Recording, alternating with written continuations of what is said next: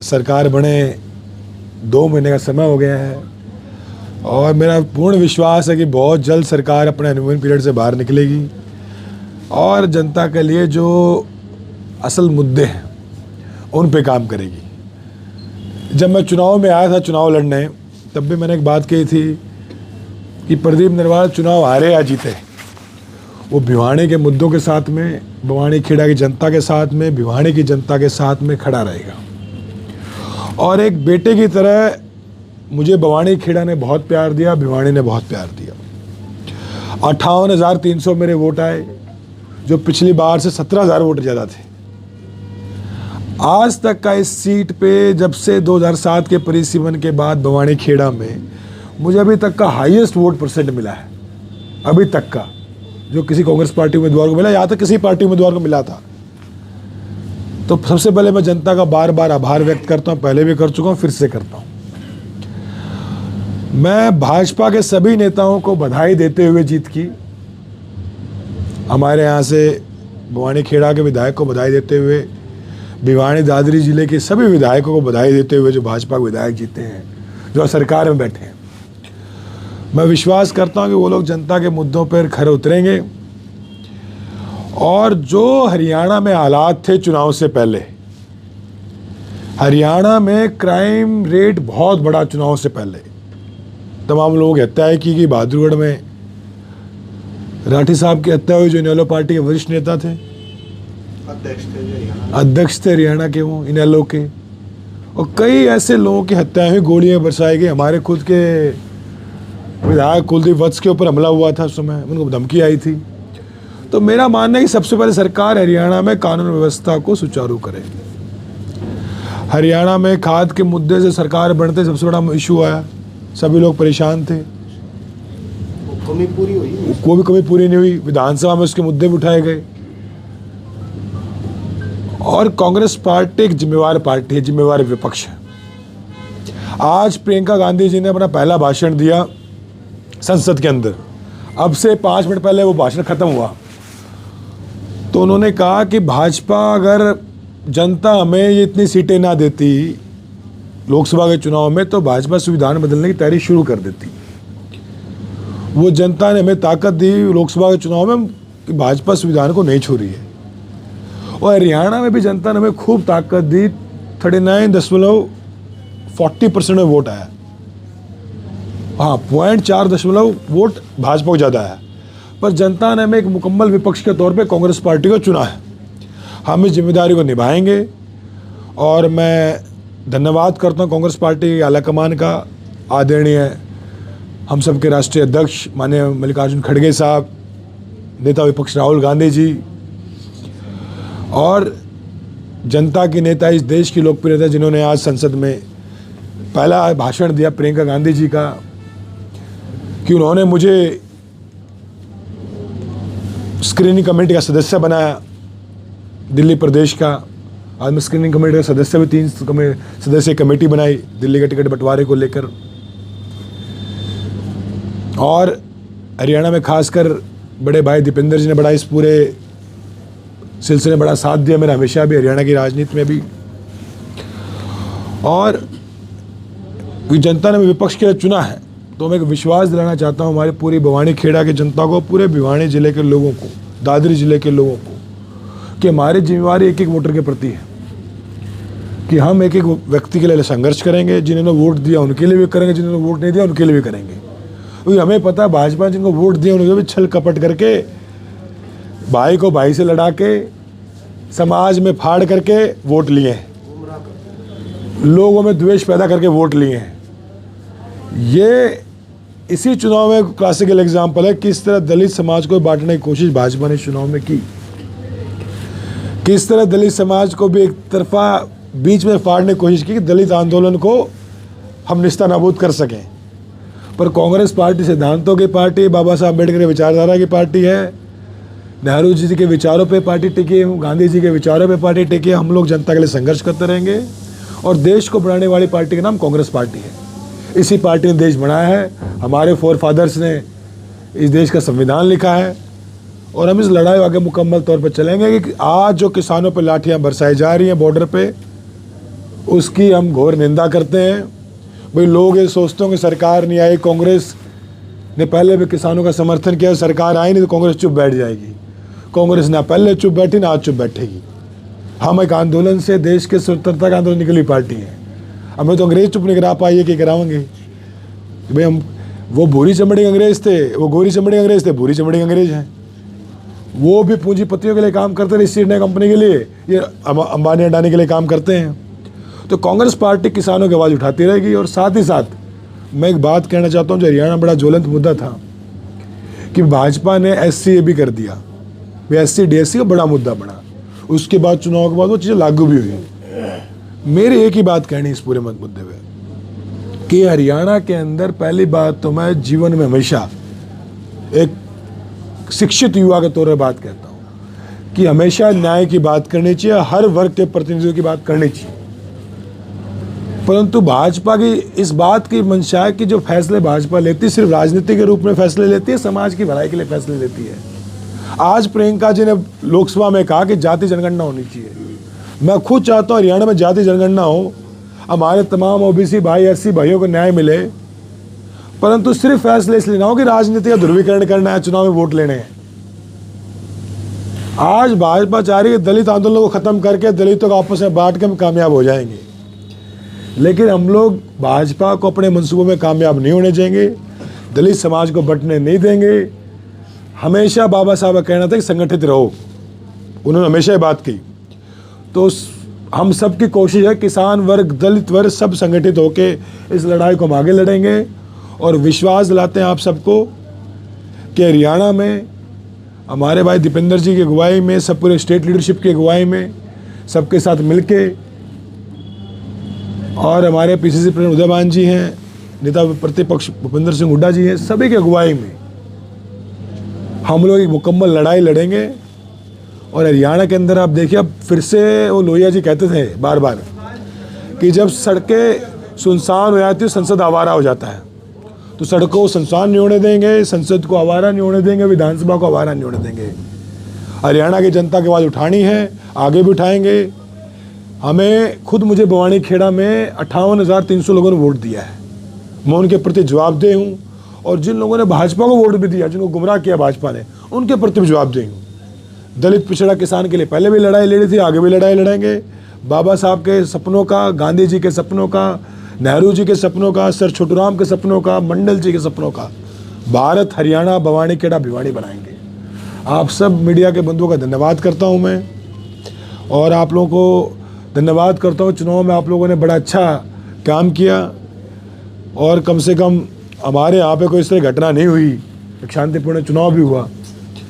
तो हमारे सभी नेतागण यहाँ बैठे हैं, चौधरी साहब यहाँ बैठे हैं, प्रधान जी बैठे हैं, चांगेज बैठे, रेणु बालाजी बैठे हैं, हमारे भाई अनिल यहाँ बैठे हैं, सभी हमारे वरिष्ठ, हमारे अंकल जी बैठे हरियाणा से, रविंद्र भाई, सब लोग यहाँ बैठे हैं, सब लीडरशिप यहाँ है।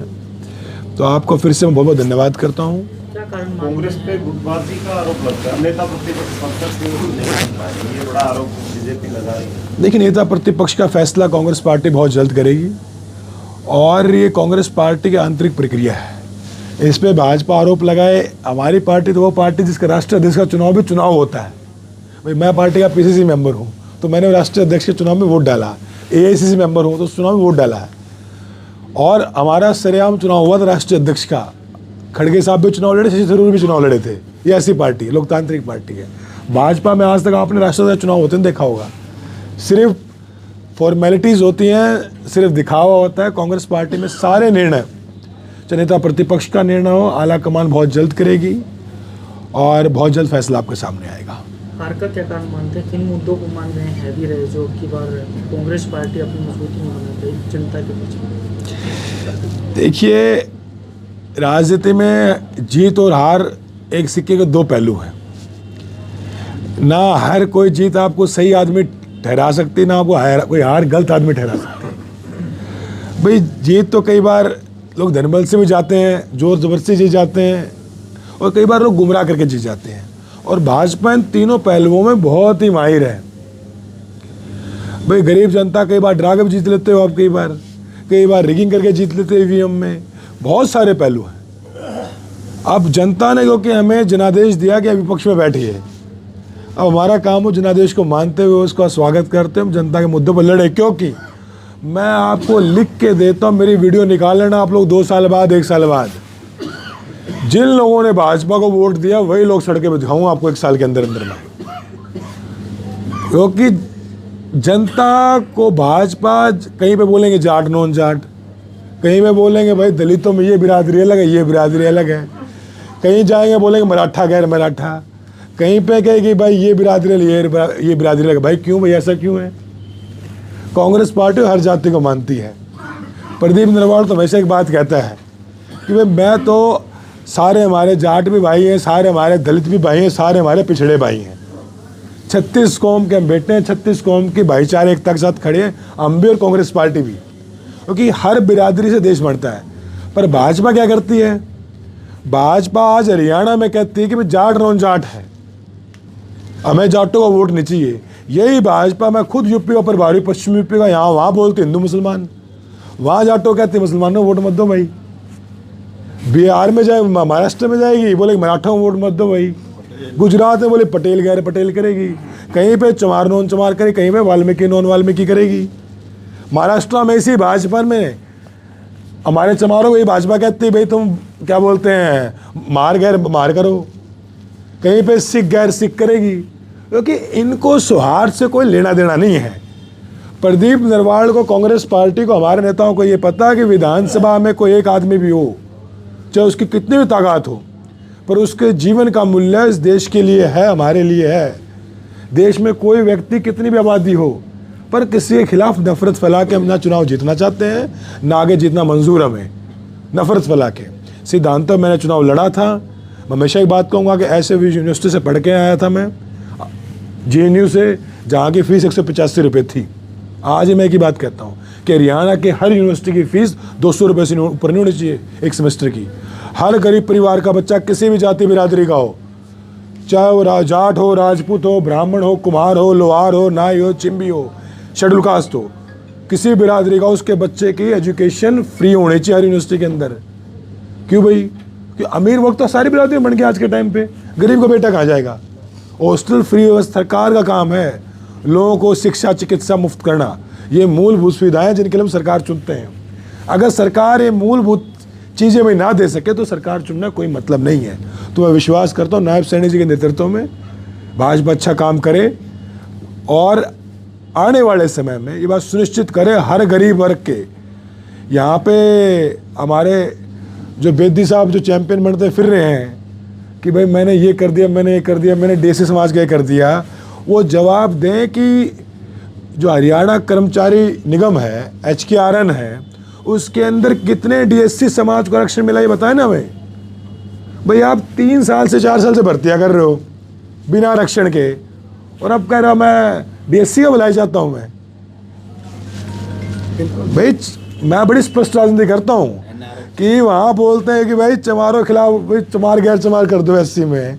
मैं कह रहा हूँ सारे SC पहली बात सारे हम भाई हैं, हम सारे SC सारे किसान ऐसे सारे भाई हैं हम तो। पर बात ये है कि पिछले 3 सालों जो भर्ती हुई HKRN में, उसमें बताओ कितना आरक्षण लागू हुआ? भैया आप कह रहे हो 1 लाख से भर्तियाँ हुई, तो हमारा आरक्षण 20% तो बनता है SC बिरादरी का, 20% लागू है बताओ। उसमें OBC का आरक्षण बनता है 27.5% वो लागू हुआ बताओ। और उसमें सब कैटेगराइजेशन को कितना किसका लागू हुआ? भाई सारी नौकरियां प्राइवेट कर दी, पिछड़ा दलित मर रहा है सड़कों पे, किसानों को लाठियां मार रहे हो, और आप बात करते हो SC DSC की और किसान की बात करते हो। कांग्रेस पार्टी सिद्धांतों की पार्टी है, चुनाव हार गए, हौसले नहीं आ रहे हैं। बड़े स्पष्ट शब्दों में कहना चाहता हूँ, किसानों के लिए संघर्ष किया इस पार्टी ने, हम करते रहेंगे। हमने बाबा साहब के संविधान की रक्षा के लिए लड़ाई लड़ी, हम लड़ते रहेंगे। पहले इस देश का संविधान इस देश के दलित पिछड़ा किसान की रक्षा करता था, आजकल इस देश के दलित पिछड़े किसान को सड़कों पर उतर कर संविधान की रक्षा करनी पड़ रही है। हम सब मिलकर करेंगे, कांग्रेस पार्टी लड़ेगी और आंदोलन से निकली पार्टी है। कोई चुनाव का हार जीत हमारे हौसले नहीं गिरा सकती। आगे लड़ेंगे, पूरी ताकत से लड़ेंगे और जनता के लिए लड़ेंगे। हमने पहले भी जनता के लिए काम किया।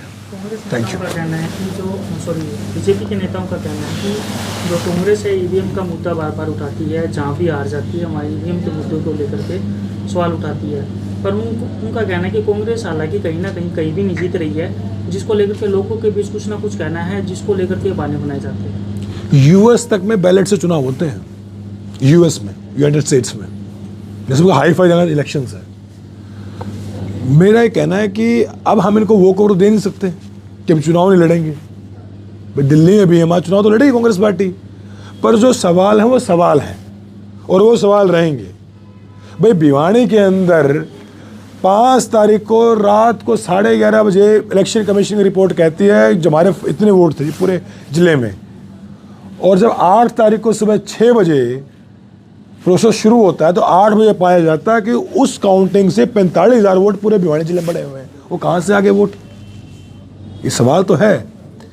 ये यहाँ से धरती पे बैठ के चंद्रयान चला लेते हैं आज के साइंटिस्ट, तो ये तो ईवीएम बड़ी छोटी बात है सरकार की जब सुरक्षा मिल जाती है।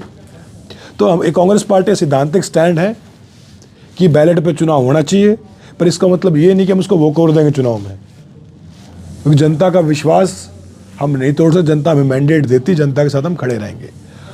और मैं दोबारा बस आखिर में एक बात कहना चाहता हूँ कि कांग्रेस पार्टी दलित समाज की एकता के साथ खड़ी है, कांग्रेस पार्टी किसान आंदोलन के साथ खड़ी है, कांग्रेस पार्टी पिछड़े समाज के आरक्षण के साथ खड़ी है, कांग्रेस पार्टी जाति जनगणना के साथ खड़ी है। और मैं सवाल निशान खड़ा करता हूँ मुख्यमंत्री जी पे और साथ में किशन बेदी जी पे कि आप लोग इतना SC DSC की बात कर रहे हो तो SC के अंदर आरक्षण लागू करिए पूरे के अंदर। पता बताइए कि HKRN में कितनी भर्ती हुई, कितना आरक्षण लागू हुआ, उसमें सुनिश्चित करिए पिछड़े समाज का आरक्षण भी। क्योंकि सिर्फ ये मुद्दे बना के SC DSC भाई चमार नोन चमा करके आप अपना चेहरा नहीं बचा पाएंगे। हमने स्पष्ट राजनीति की, हमेशा मैं कहता हूँ हमारे वाल्मीकि भाई, दानक भाई, चमार भाई सारे भाई हम। और मेरा खुद मानना है कि चाहे कोई वाल्मीकि समाज से, हमारे दानक समाज से हो, चाहे कोई अति पिछड़े समाज से हो, जो नाई हो, छिम्बी हो, तेली हो, इन बिरादरियों से हो जिनमें खाने को दाने नहीं बेचारे, उन सबको सरकार को उनके लिए विशेष प्रावधान करने चाहिए। इसके हम भी पक्षधर हैं, लेकिन इस तरह नहीं कि आप एक पॉलिटिकल एजेंडा बना के सिर्फ वोटों द्रवणी करने के लिए चीज़ें लेके आते हो। आप वाइट पेपर लेके आओ, पता चले जनसंख्या किसकी कितनी है। वो फैमिली आईडी में देख रहा था, फैमिली आईडी बोले भाई इसकी इतनी बिरादरी, इसकी इतनी, फैमिली आईडी के नाम पे आप स्कीम्स बनाओगे, पॉलिसी बनाओगे, तो ये तो मजाक बना रहे हैं। क्योंकि मुख्यमंत्री इतना गैर जिम्मेदार बन जाता है तो फिर सरकार का तो क्या ही होगा। बात करें दिल्ली में भी चुनाव है, उसको लेकर के किस तरह से जाना चाहेंगे, क्या तैयारियां हैं कांग्रेस पार्टी की? या दिल्ली में अरविंद केजरीवाल के द्वारा भी 5 गारंटियां लागू की गई है ड्राइवरों के लिए, तो किस तरह से देख रहे हैं? देखिए कांग्रेस पार्टी दिल्ली में बहुत साल सत्ता में रही, और जो आज की दिल्ली बनाई शीला जी की बनाई हुई दिल्ली है। वो मेट्रो शीला जी की लाई हुई मेट्रो है। अब कोई फ्रीबीज में पैसे बांट के वोट ले ले, कोई कुछ ले ले, है तो सारी घूस। अब हम उसको घूस ही कह सकते हैं, या कह सकते हैं वोट खरीदना कह सकते हैं। महाराष्ट्र में लाडली बहन योजना में 6 महीने का पैसा एक साथ डाल दिया सरकार ने, चुनाव से जस्ट पहले, बिल्कुल चुनाव से पहले। तो क्या ये फ्रीबीज नहीं है? क्या वोट नहीं खरीद रहे हो इससे?